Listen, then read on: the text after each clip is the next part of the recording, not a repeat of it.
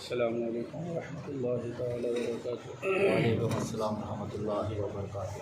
شکر اللہ صلی اللہ علیہ محمد بارک صلی اللہ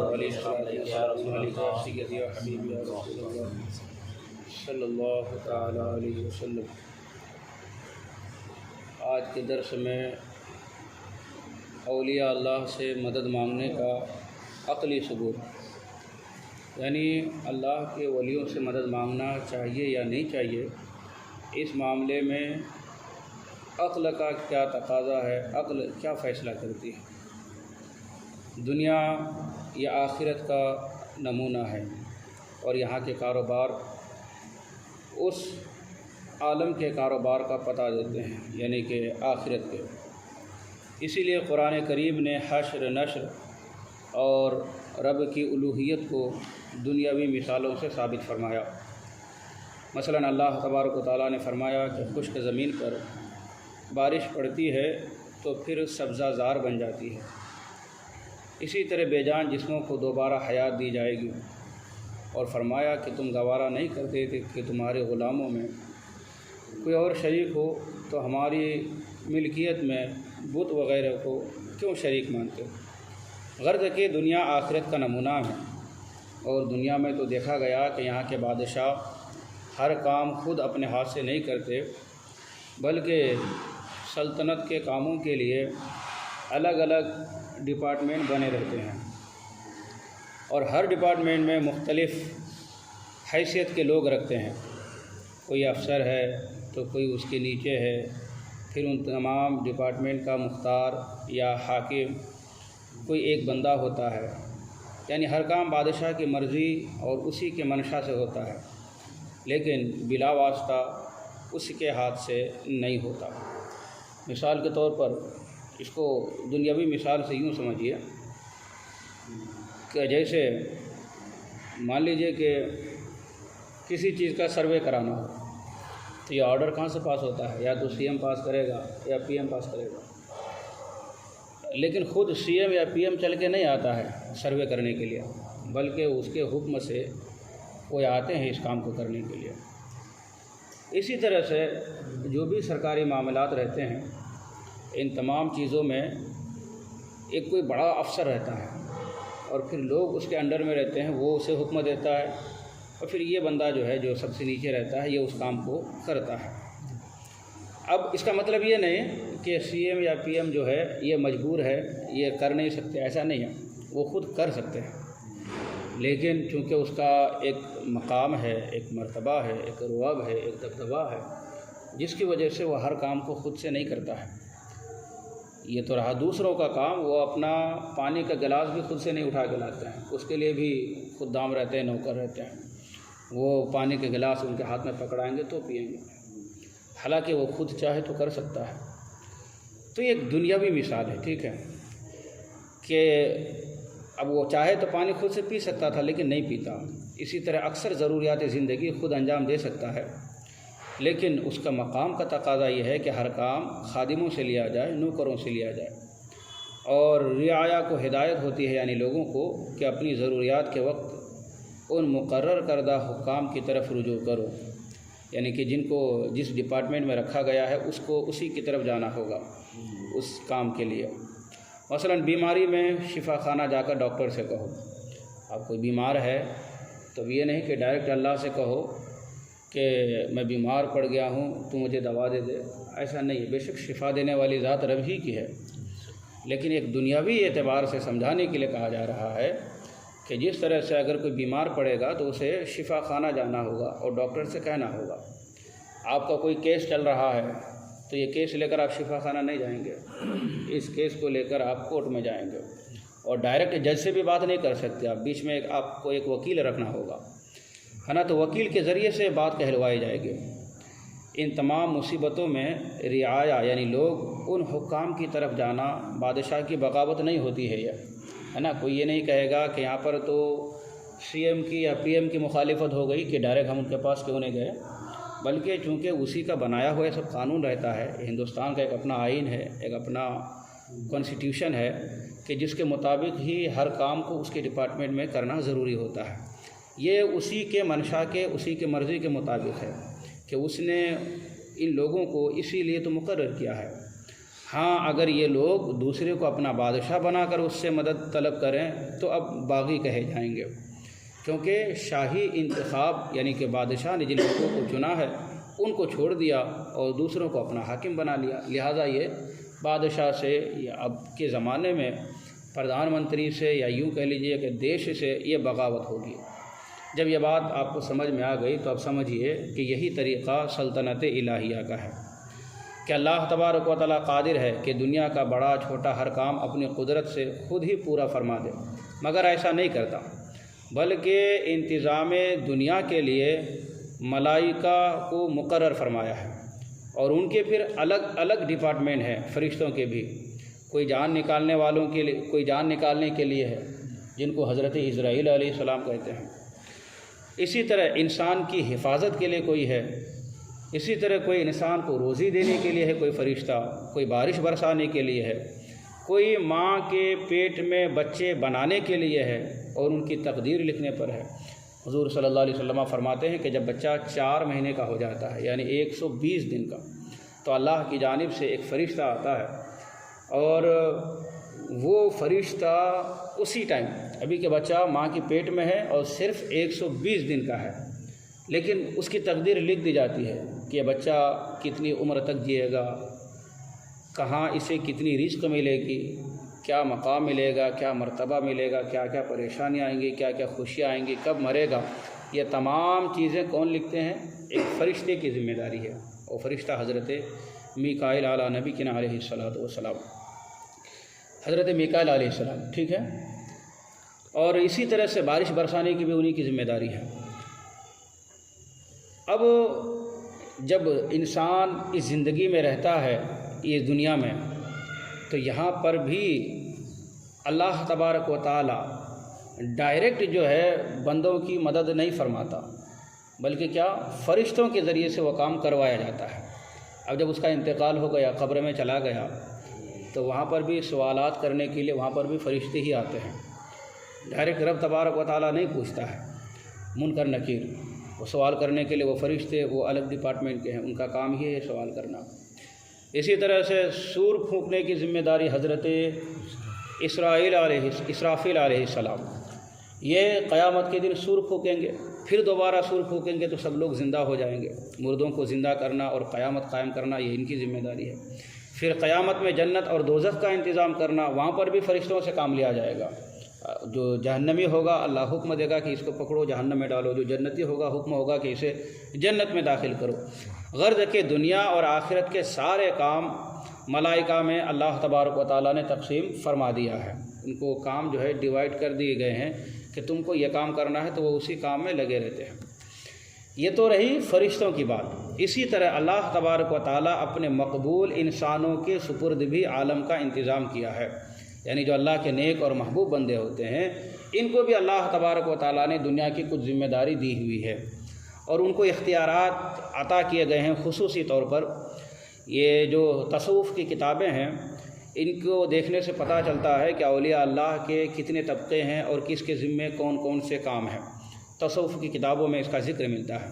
اس کی وجہ یہ نہیں کہ رب تبارک و تعالیٰ ان کا محتاج ہے، نہیں، بلکہ یہ خدا کی قدرت کا اور خدا کے قانون کا یہی تقاضا ہے۔ پھر ان حضرات کو خصوصی اختیارات بھی دیے جاتے ہیں، جس کی وجہ سے وہ فرماتے ہیں کہ ہم یہ کر سکتے ہیں، ہے نا، وہ اولیاء اللہ، چونکہ اللہ تبارک و تعالیٰ ان کو خصوصی طور پر وہ اختیار دیتا ہے، وہ پاور دیتا ہے، وہ قوت، کہ جس کی وجہ سے وہ کہتے ہیں کہ ہم یہ کام کر سکتے ہیں۔ یہ محض صرف قیاس نہیں بلکہ قرآن و حدیث اس پر گواہ ہے کہ حضرت جبرائیل علیہ السلام حضرت مریم کے پاس آئے تو کیا کہا؟ انما انا رسول ربک لاہب لک غلاما زکیہ، یعنی اے مریم میں جو ہے تمہارے رب کا قاصد ہوں اور میں یہاں تمہارے پاس آیا ہوں تاکہ تم کو پاک فرزند دوں۔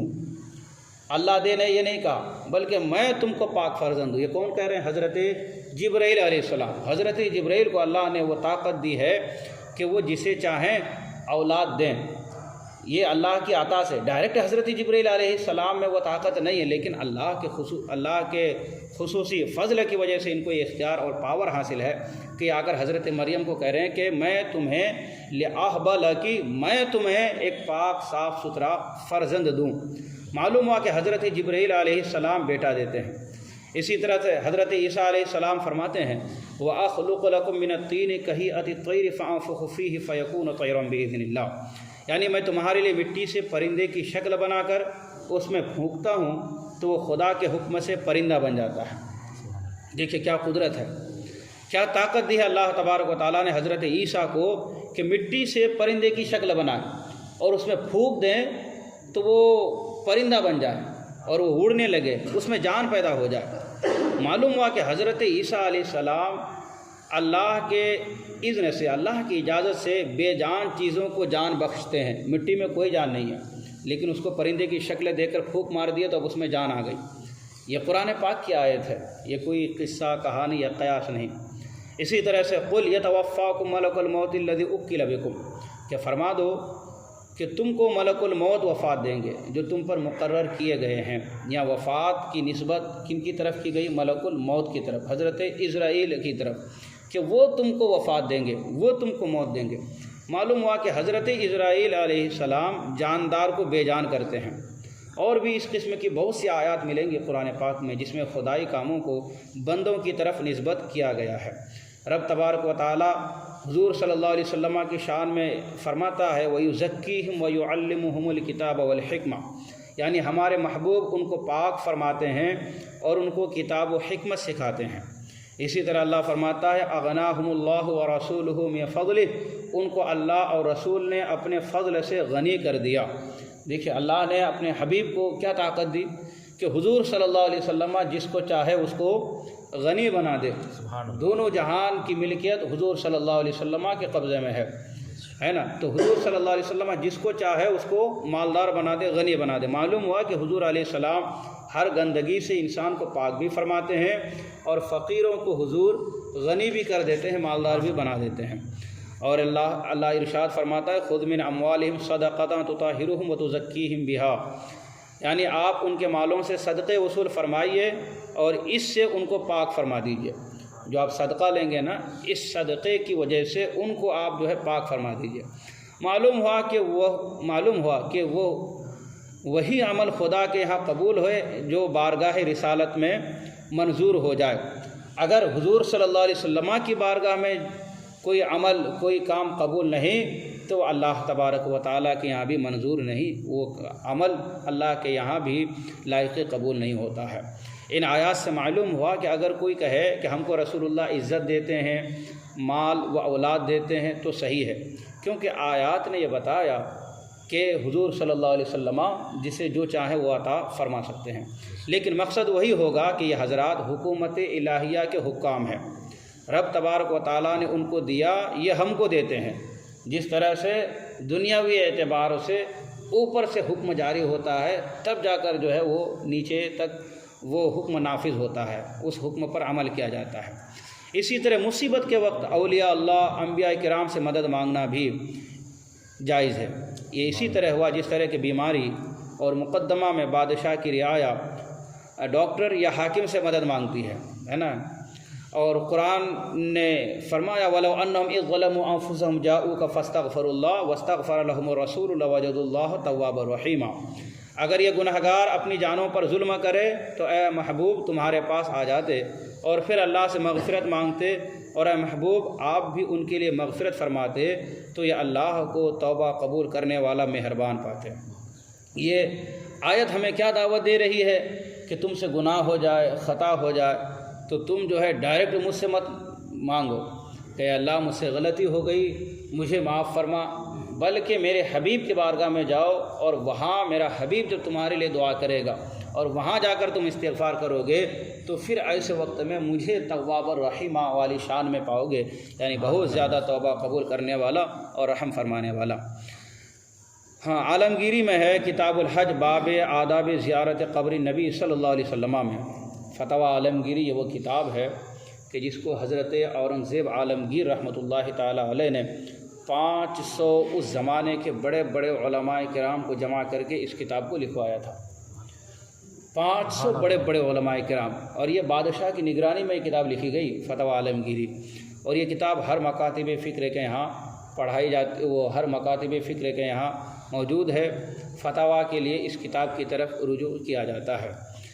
اس میں ہے کہ اب بھی جب کوئی زائر یعنی کہ زیارت کرنے والا، حضور صلی اللہ علیہ وسلم کے روضے کی زیارت کرنے والا حضور کے روضے پر حاضر ہو تو یہ آیت پڑھے. اب بھی یہ حکم ہے، یہ فتویٰ عالمگیری میں. جب حضور باحیات تھے ظاہری طور پر تو اس وقت تو حکم تھا ہی، لیکن اب بھی جب بھی کوئی شخص حضور صلی اللہ علیہ وسلم کی بارگاہ میں حاضر ہو حضور کے روضے پر تو یہ آیت پڑھے. یہ تو دنیا میں تھا کہ حکام کے انڈر جو الگ الگ ڈپارٹمنٹ ہوتے ہیں ان کو اوپر سے حکم ہوتا ہے اور وہ اسی کے تحت کام کرتے ہیں. تو یہاں پر اس بادشاہ کی، یا یوں کہہ لیجئے کہ اس زمانے میں اس سی ایم یا پی ایم کی مخالفت نہیں ہوتی ہے. اسی طرح سے اللہ تبارک و تعالیٰ کی بارگاہ کے جو مقبول اور محبوب بندے ہیں، تو اگر کوئی شخص ان کی بارگاہ میں جا کر دعائیں مانگتا ہے، ان کی بارگاہ میں جا کر کچھ بھی وہ طلب کرتا ہے، تو یہ ایسا ہی ہوگا کہ جیسے کہ دنیاوی طور پر کوئی انسان کسی دفتر میں جاتا ہے، کسی ڈپارٹمنٹ والے کے پاس جاتا ہے اپنی عرضی لگانے کے لیے، ہے نا. جس طرح سے دنیاوی اعتبار سے کوئی خلاف نہیں ہے یہ، اور کوئی یہ اس کی گستاخی نہیں مانی جاتی، اسی طرح سے اللہ کے نیک محبوب بندوں کی بارگاہ میں جا کر مانگنے سے یہ شرک نہیں ہوتا اور یہ کوئی گناہ نہیں ہوتا ہے. قبر میں 3 سوال نکیرین کرتے ہیں. پہلا سوال کیا ہوتا ہے؟ من ربک، یعنی تیرا رب کون ہے؟ بندہ کہتا ہے کہ اللہ. پھر پوچھا جاتا ہے تیرا دین کیا ہے؟ بندہ کہتا ہے کہ اسلام. ان سوالوں میں اسلام کی ساری باتیں آ گئی، ہے نا. پہلے سوال میں کہہ دیا میرا رب اللہ ہے، تو فائنل ہو گیا کہ یہ بندہ ہندو نہیں ہے، یہ بندہ مشرک نہیں ہے، یہ بندہ یہودی نہیں ہے، یہ بات فائنل ہو گئی. لیکن پھر دوسرا سوال ہوتا ہے کہ تیرا دین کیا ہے؟ جب اس نے کہا کہ میرا دین اسلام ہے، تو دین اسلام کہنے سے بھی بہت سے مذاہب چھڑ گئے، بہت سے دین اس سے نکل گئے. یہودیت، نصرانیت، عیسائیت، یہ تمام کے تمام جو باطل دین ہے یہ سب کے سب چھٹ گئے. اب جو بندہ اسلام میں آ گیا تو اسی سے ہر چیز کی معلومات ہو گئی، پتہ چل گیا فرشتوں کو کہ یہ کس کیٹیگری کا انسان ہے. لیکن اس کے باوجود اس سے تیسرا سوال کیا جاتا ہے، اور وہ تیسرا سوال کیا ہوتا ہے؟ آخری سوال یہ ہوتا ہے کہ اس سبز گنبد والے آقا کو تو کیا کہتا تھا، ہے نا.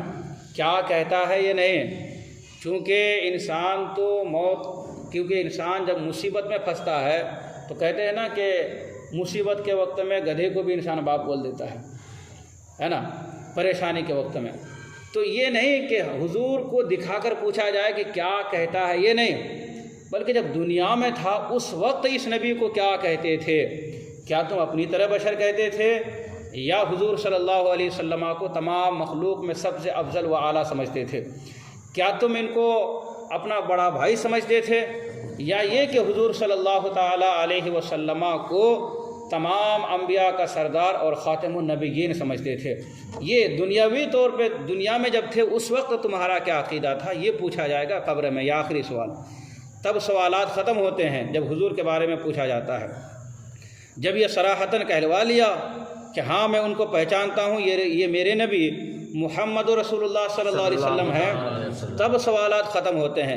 تو قبر میں بھی حضور کے نام کی مدد سے ہی نجات ملتی ہے. سبحان اللہ. ہاں، جو کہتے ہیں دنیا میں کہ حضور کچھ مدد نہیں پہنچا سکتے یا اولیاء اللہ کچھ مدد نہیں دے سکتے، یہ دنیا میں تو پھنسے ہیں. قبر جو آخرت کی منزل میں سے سب سے پہلی منزل ہے، یہاں پر بھی اگر حضور کے نام سے مدد نہیں لیا تو بندہ وہاں پر بھی پھنس جائے گا، چونکہ وہ پاس ہی نہیں ہو سکتا ہے اس نکیرین کے سوال کے جواب میں. لہٰذا اس کے لیے کیا ہوگا؟ پھر وہ ہمیشہ ہمیشہ کے لیے جہنم میں چلا جائے گا. اچھا، حضور صلی اللہ علیہ وسلم کو پہچاننے کے لیے، قبر میں پہچاننے کے لیے کہ ہاں یہ میرے نبی ہیں، یہ کوئی ضروری نہیں ہے کہ ان آنکھوں نے حضور کو دیکھا ہوگا تو ہی قبر میں پہچانے گا. یہ آنکھیں کام نہیں آئیں گی، بلکہ قبر میں وہ جو دل کی آنکھیں ہوتی ہے سبحان اللہ جسے عشق رسول کہا جاتا ہے، سبحان اللہ یہ والی آنکھیں قبر میں کام آئیں گی، ورنہ یہ آنکھیں تو ابو جہل اور ابو لہب کے پاس بھی تھی۔ ان سے پوچھا جاتا یہ کون ہے تو وہ کہتے تھے یہ ہماری طرح بشر ہیں۔ آج بھی ان کے برادری کے ان کے لوگ کہتے ہیں نا حضور کو کہ ہماری طرح بشر ہیں۔ تو جس طرح سے مرنے کے بعد ابو جہل اور ابو لہب سے پوچھا گیا بتاؤ اس نبی کے بارے میں کیا کہتے تھے، تو جواب تھا ہے ہاتھ لا ادری، افسوس کہ ہم تو انہیں جانتے ہی نہیں یہ کون ہے۔ اب بتائیے پوری زندگی حضور کے آس پاس میں گزری ان لوگوں کی، حضور کو ستایا، حضور کو پریشان کیا، حضور کو گالیاں دی، حضور کے راستے میں کانٹے بچھائے اور نہ جانے کیسے کیسے تکلیفیں دی، حضور کو ستایا ہے، اپنی آنکھوں سے حضور کو دیکھا ہے، لیکن جب قبر میں پہنچتا ہے تو کیا کہتا ہے کہ میں نہیں پہچانتا۔ تو چونکہ حضور کو پہچاننے کے لیے یہ والی آنکھیں کام نہیں آتی ہے، حضور کو پہچاننے کے لیے دل کی جو آنکھ ہے جسے عشق رسول کہا جاتا ہے یہ والی آنکھیں کام آتی ہے۔ وہ تو حضور کے زمانے میں رہ کر نہیں پہچانا، دوسری طرف عاشقوں کے امام عشق و محبت سیدی سرکار اعلیٰ حضرت جب قبر میں گئے ہوں گے اور نکیرین پوچھے ہوں گے کہ بتاؤ ما کنت تقول فی حق ھذا الرجل، اس شخص کے بارے میں کیا کہتے تھے، تو میرا عقیدہ کہتا ہے کہ اعلیٰ حضرت کہے ہوں گے کہ مجھ سے کیا پوچھتے ہو کیا کہتے تھے، میں تو ساری زندگی کہتا رہا کہ مصطفیٰ جان رحمت پہ لاکھوں سلام، سبحان اللہ اسی نبی پر تو درود بھیجتا تھا، اسی نبی پر تو سلام بھیجتا تھا۔ سبحان اللہ تو دنیاوی آنکھیں جو ہے کام نہیں آئیں گی، وہاں پر جو ہے وہ دل کی آنکھ جو ہے وہ والی آنکھ کام آئیں گی۔ تو جس کے دل میں حب رسول ہے، جس کے دل میں حضور صلی اللہ علیہ وسلم کی عظمت ہے، محبت ہے، وہ حضور کو دیکھتے ہی پہچان جائے گا، اور جب یہاں پہ وہ پاس ہوگا تب جا کر اسے کہا جائے گا کہ اب تو آرام سے سو جا، ہے نا۔ قیامت اچھا یہ تو رہی قبر میں بات، اب قیامت میں بھی لوگ تنگ آ کر شفیع ہی کو ڈھونڈیں گے کہ کوئی مل جائے جو ہماری شفاعت کرے۔ جب حضور صلی اللہ علیہ وسلم کے دروازے تک پہنچ جائیں گے تب حساب و کتاب شروع ہوگا، وہ بھی حضور کی شفاعت سے۔ تو معلوم ہوا کہ دنیا میں بھی حضور کی ضرورت ہے، قبر میں بھی حضور کی ضرورت ہے، اور آخرت میں بھی حضور کی ضرورت ہے۔ جب تک حضور شفاعت نہیں فرمائیں گے تب تک جو ہے حساب و کتاب بھی شروع نہیں ہوگا، کہ سارا عالم حضور صلی اللہ علیہ وسلم ہی کا محتاج ہے، یہاں بھی قبر میں بھی اور حشر میں بھی۔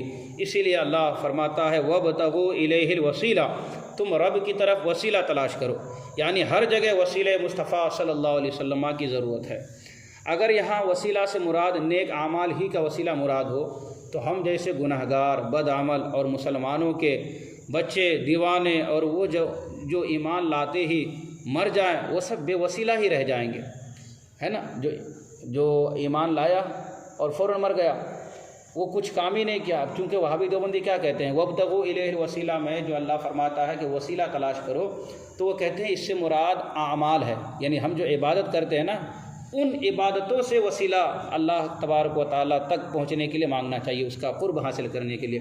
یہ کون کہتے ہیں؟ وہابی دیوبندی۔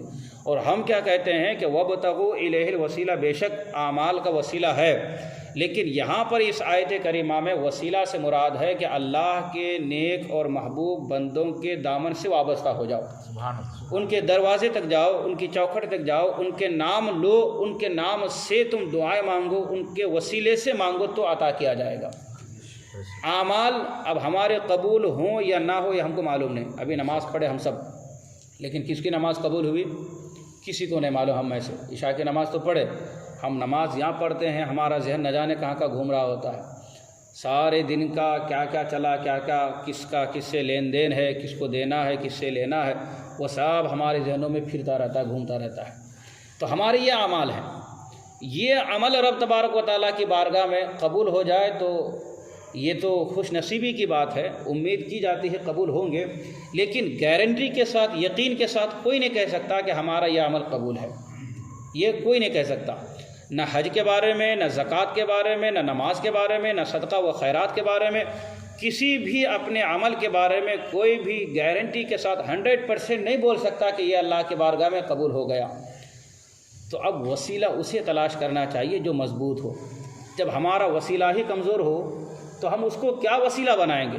جس کے ذریعے سے ہم وسیلہ بنانا چاہیں وہی کمزور ہو جائے تو ہم اس کے ذریعے سے ہم رب کا قرب کیسے حاصل کر سکتے ہیں؟ مثال کے طور پر آپ کو سیڑھی پہ آپ کو چھت پہ چڑھنا ہے تو اس کے لیے مضبوط سیڑھی چاہیے، لیکن اگر سیڑھی کہیں سے ٹوٹی پھوٹی ہو تو بتائیے بندہ چھت پہ چڑھ سکتا ہے کیا؟ نہیں۔ وہ ڈرے گا وہ کہ یہ تو ٹوٹی ہے، کہیں ایسا نہ ہو کہ بیچ میں جاؤ اور نیچے آ جاؤ، تو چھت پہ تو نہیں پہنچے گا، وہ کہیں اور پہنچ جائے گا۔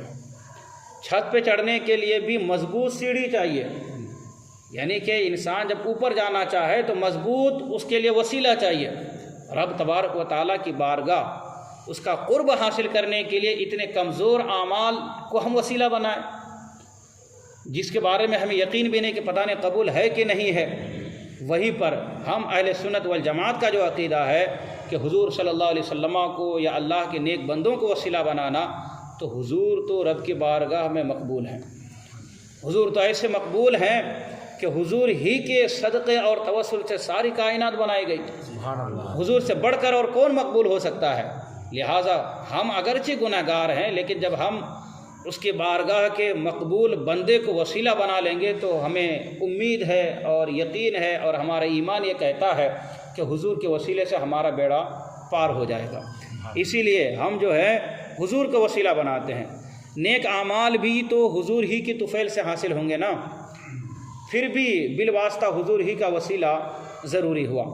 نبی کریم صلی اللہ علیہ وسلم کے وسیلے سے، نبی کریم صلی اللہ علیہ وسلم کے وسیلہ یہ تو کافر بھی لیا کرتے تھے، کافر بھی حضور کو اپنا وسیلہ بنایا کرتے تھے، اور یہ قرآن پاک میں ہے وَكَانُوا يَسْتَفْتِحُونَ عَلَى الَّذِينَ كَفَرُوا، کہ حضور صلی اللہ علیہ وسلم کے ولادت سے پہلے کافر جو ہے جب جنگ میں جاتے تھے نا تو وہاں حضور کے وسیلے سے دعائیں کرتے تھے کہ وہ آخری نبی جو آنے والا ہے، یہود و نصارہ کے بارے میں ہے یہ، وہ آخری نبی جو آنے والا ہے اس نبی کے وسیلے سے مولا ہمیں جنگ میں فتح عطا فرما، تو اللہ فتح عطا فرما دیتا تھا۔ حضور کی ولادت سے پہلے یہ لوگ حضور کے وسیلے سے دعائیں مانگا کرتے تھے۔ مکہ معظمہ حضور صلی اللہ علیہ وسلم کے وسیلے سے بتوں سے پاک ہوا اور حضور ہی کے وسیلے سے قبلہ بنا۔ آج جس قبلے کی طرف ہم منہ کر کے نماز پڑھتے ہیں تو یہ کس کے وسیلے سے؟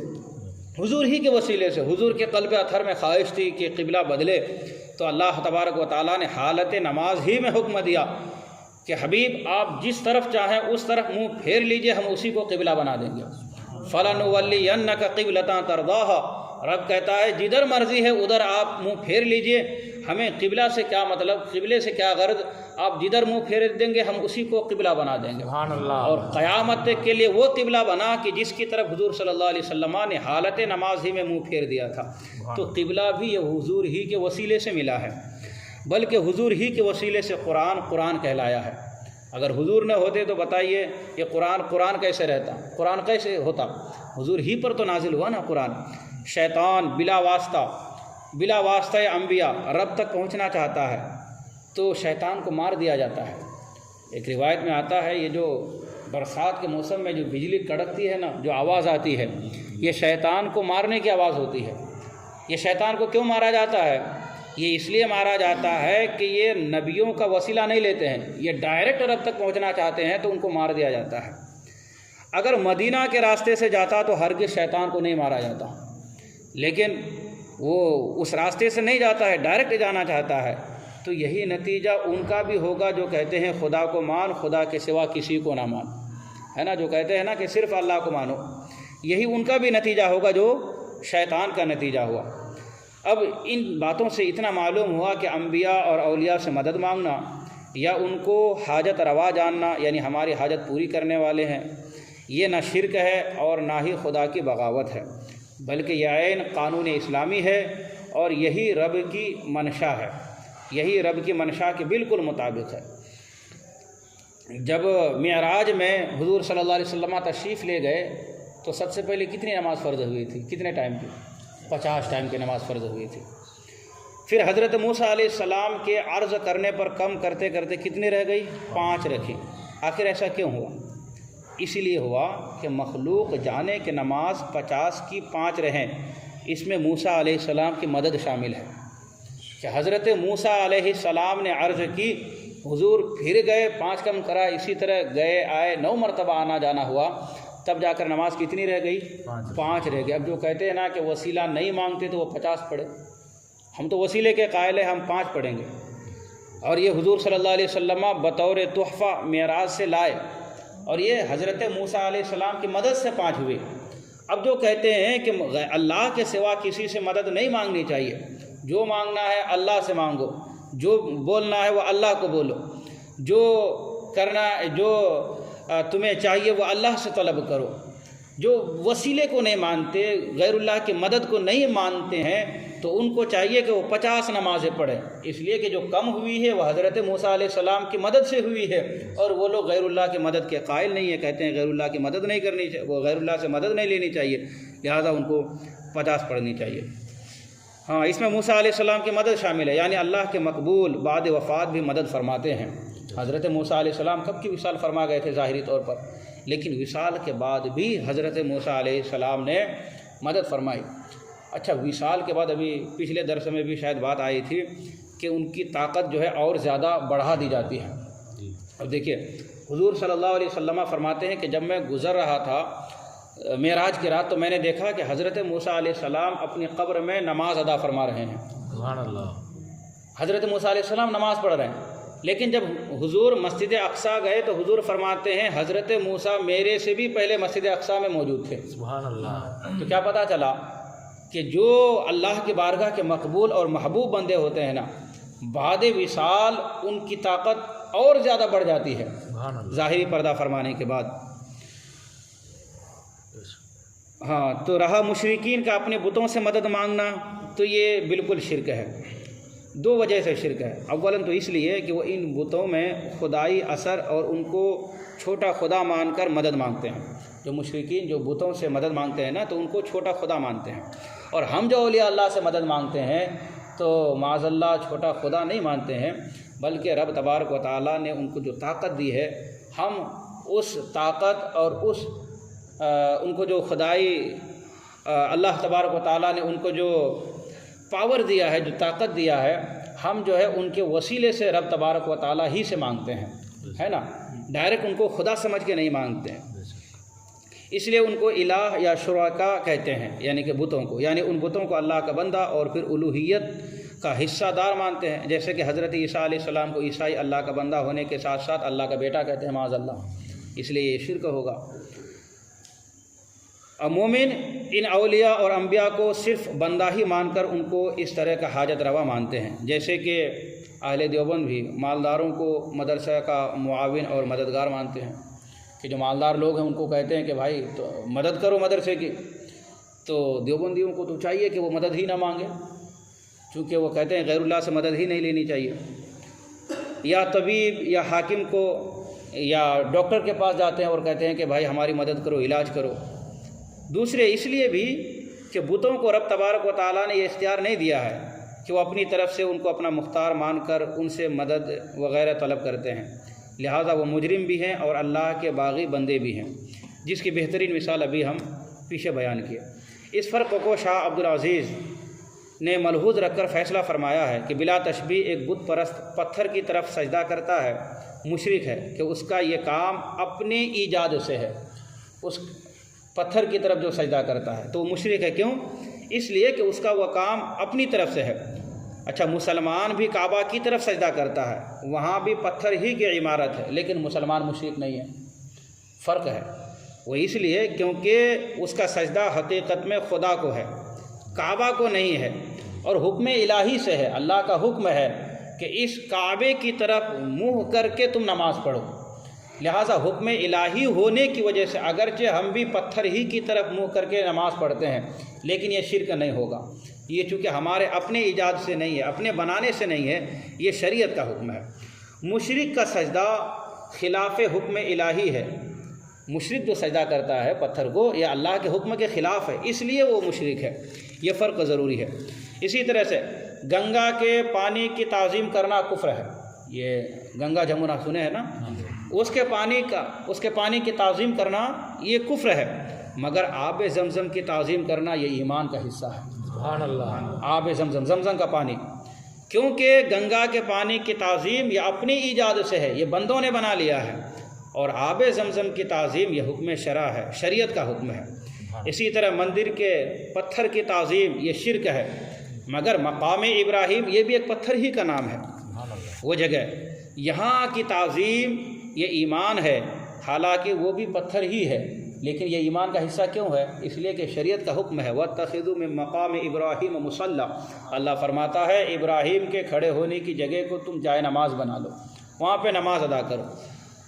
تو پتہ کیا چلا کہ یہ جو شرک ہوتا ہے نا، تو شرک وہ اس لیے ہوتا ہے کہ وہ اللہ کے ساتھ کسی کو عبادت میں شریک بنا لیتا ہے انسان، تو مشرک ہوتا ہے۔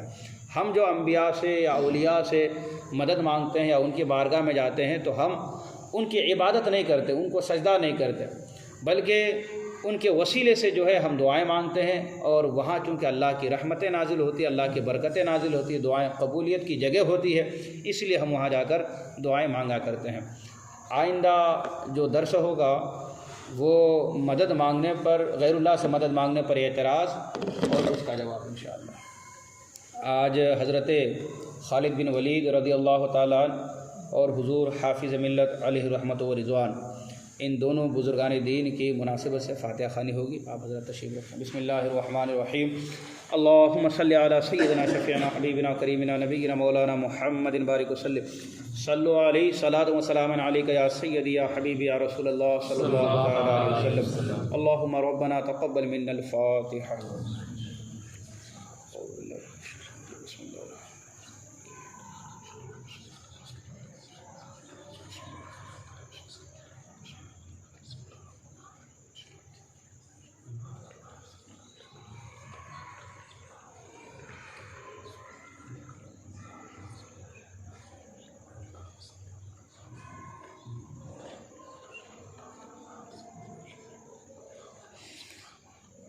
الہ العالمین، خالق کائنات، مالک بے نیاز، نماز عشاء سے لے کر اب تک جو بھی باتیں ہوئی مولا تعالی، اور تیرے مقدس کلام میں سے جو بھی آیت سورۃ تلاوت ہوئی، فاتحہ خوانی ہوئی، مولا تعالی شیرینی وغیرہ مطعومات مشروبات کی شکل میں جو بھی حاضر ہے سب کو اپنی بارگاہ کرم میں قبولیت کا درجہ عطا فرما۔ ان تمام چیزوں پر بے حساب اجر و ثواب عطا فرما۔ سب کا سب سے پہلے حضور صلی اللہ علیہ وسلم کی مقدس بارگاہ میں پیش قبول فرما۔ تیرے حبیب کے وسیلے سے تمام انبیاء کرام رسولان اعظام کی بارگاہ میں پیش قبول فرما۔ تمام صحابہ صحابیات کی بارگاہ میں پیش قبول فرما۔ بالخصوص الہ العالمین حضرت خالد بن ولید رضی اللہ تعالی عنہ کی بارگاہ میں پیش قبول فرما۔ مولا ان کے مزار مبارک پر کروڑوں رحمت نازل فرما، ان کے دروجات کو بلند سے بلند تر فرما۔ الہ العالمین تمام تابعین تابعات کی بارگاہ میں اس کا ثواب پیش کرتے ہیں، قبول فرما۔ یا الہ العالمین تمام اولیاء کرام، بزرگان دین، مشائخین کرام، محدثین نظام، مفسرین کرام کی بارگاہ میں پیش قبول فرما۔ بالخصوص حضور سیدنا غوث پاک رضی اللہ تعالی عنہ کی بارگاہ میں پیش قبول فرما۔ حضور خواجہ غریب نواز، حضور خواجہ بند نواز گیسو دراز کی بارگاہ میں پیش قبول فرما۔ شہنشاہ دکن حضور سیدنا بابا فخر الدین کی بارگاہ میں پیش قبول فرما۔ امام عشق و محبت سیدی سرکار اعلیٰ حضرت حجت الاسلام حضور مفتی اعظم سیدی مرشدی حضور تاج الشریعہ کی بارگاہ میں پیش قبول فرما۔ الہ العالمین خصوصاً بالخصوص مولا تعالی حضور حافظ ملت علیہ رحمت و رضوان کی بارگاہ میں پیش قبول فرما۔ مولا ان کے مزار مبارک پر بھی مولا اپنی رحمت برکت نازل فرما، ان کے درجات کو بلند سے بلند تر فرما۔ حضور حافظ ملت علیہ رحمت و رضوان کے تمام دینی خدمات کو قبول فرما۔ یا الہ العالمین ان کے فیضان سے ہم سب کو مالا مال فرما، ان کے نقش قدم پر چلنے کی توفیق عطا فرما۔ الہ العالمین ان کے مشن پر ہمیں بھی عمل کی توفیق عطا فرما۔ مولا کریم جتنے بھی لوگ حاضر ہیں مولا تعالی سب کی حاضری کو قبول فرما، سب کے علم میں، عمل میں، تقوی طہارت میں مولا برکت عطا فرما۔ یا الہ العالمین سب کے نیک جائز مقاصد میں، ارادوں میں کامیابی و کامرانی عطا فرما، سب کی روزی روٹی میں، رزق حلال میں مولا برکت نازل فرما۔ مولا بالخصوص اس بابرکت محفل کی برکت سے ہمارے گھروں میں، خاندانوں میں، رشتہ داروں میں جو بھی جہاں بیمار ہیں سب کو شفا کاملہ عاجلہ نصیب فرما۔ مولا صحت اور تندرستی عطا فرما، ہر قسم کے ظاہری باطنی روحانی جسمانی بیماریوں کو دور فرما۔ یا الہ العالمین بالخصوص جماعت رضا مصطفیٰ انند پور کو مولا دین دنیا چوگنی ترقی عطا فرما، اس کے تمام ارکان ممبران کے حوصلے کو بلند سے بلند تر فرما۔ جتنے بھی لوگ مولا تعالیٰ اس تحریک کے لیے کوششیں کر رہے ہیں مولا تعالیٰ سب کی کوششوں کو، کاوشوں کو قبول فرما، سب کو مولا بہترین صلہ جزا بدل عطا فرما، دین میں، دنیا میں، آخرت میں مولا بہترین اجر عطا فرما۔ یا الہ العالمین سبوں کی محنتوں کو قبول فرما۔ یا الہ العالمین مدرسہ غوثیہ گلشن رضا، مسجد رضا کو بھی مولا دین دنیا چوگنی ترقی عطا فرما۔ یا الہ العالمین ہماری دعاؤں کو اپنے حبیب صلی اللہ علیہ وسلم کے نالین کے صدقے اور توسل سے قبول فرما۔ اللہم ربنا تقبل منا انک انت السمیع العلیم وتب علینا انک انت التواب الرحیم۔ سبحان ربک رب العزۃ عما یصفون وسلام علی المرسلین والحمد للہ رب العالمین۔ حق لا الہ إلا الله محمد